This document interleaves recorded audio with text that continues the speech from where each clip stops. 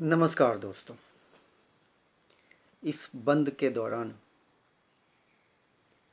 अकेले मन नहीं लग रहा था।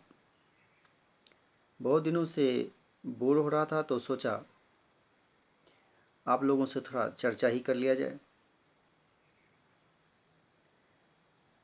आज ये दौर मानवता को बचाने की है। आप सभी से निवेदन करूंगा कि मानवता को बचाएं।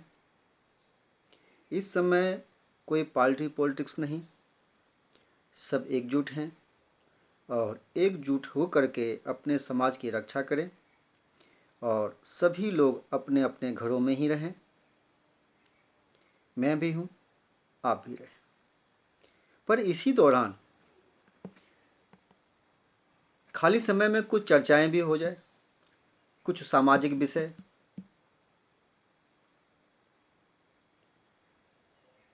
विषय ये रखते हैं कि आज जो लॉकडाउन पे सियासत हो रही है ये नहीं होना चाहिए, परंतु इसी में से कई सवाल निकल के आ रहे हैं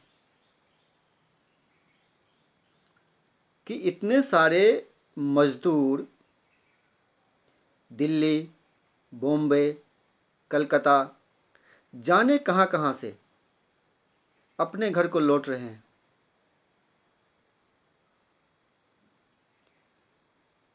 अरे भाई, ये लोग हैं कौन? ना ही इनके पास आधार कार्ड है, ना ही इनके पास राशन कार्ड है, ना ही इनके पास कोई घर है, ना ही इसके जेब में कोई पैसा है। ये कौन लोग हैं यार? ये हमारे बीच में आए कहाँ से?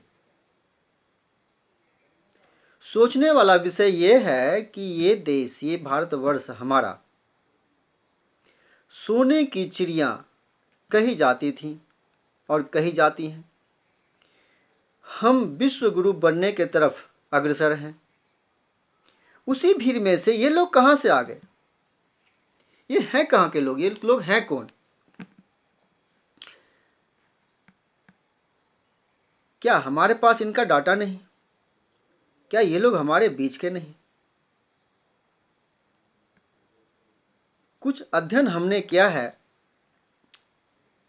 जहाँ तक मेरी सोच जाती है। बाकी आप लोग भी अपने अपने स्तर से सोचिए, इस पे जानकारी जुटाइए कि ये कहाँ से आ रहे हैं, ये कौन लोग हैं।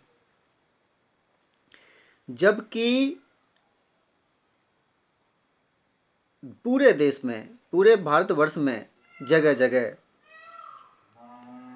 प्रधानमंत्री आवास बनाया गया है।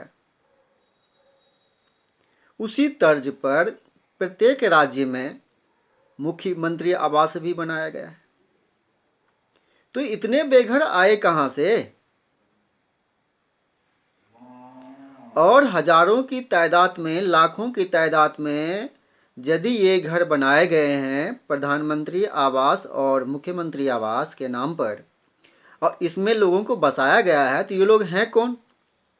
ये लोग हैं कौन जो इस घर में रह रहे हैं या जिन्हें मिला है? सवाल तो इस पे भी उठता है।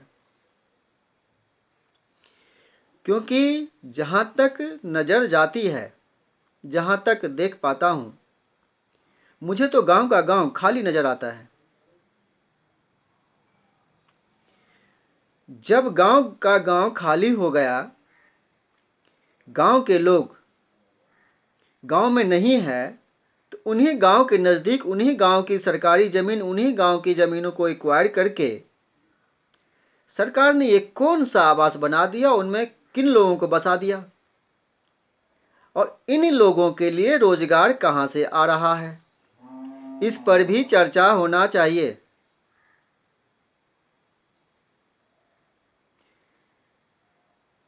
बहुत गंभीर विषय है, बहुत गंभीर मामला है। अब दूसरा मामला समझिए। जिस समय हमारा देश आज़ाद हुआ था, तो उस समय खेतिहर जमीन हमारे पास 53% थी। 53%, 100 में से। उसके बाद जो जो आबादी बढ़ती गई, तो ये ज़मीनें घटती गईं। आज जानते हैं कितने प्रतिशत कितने परसेंट बचा है इस बात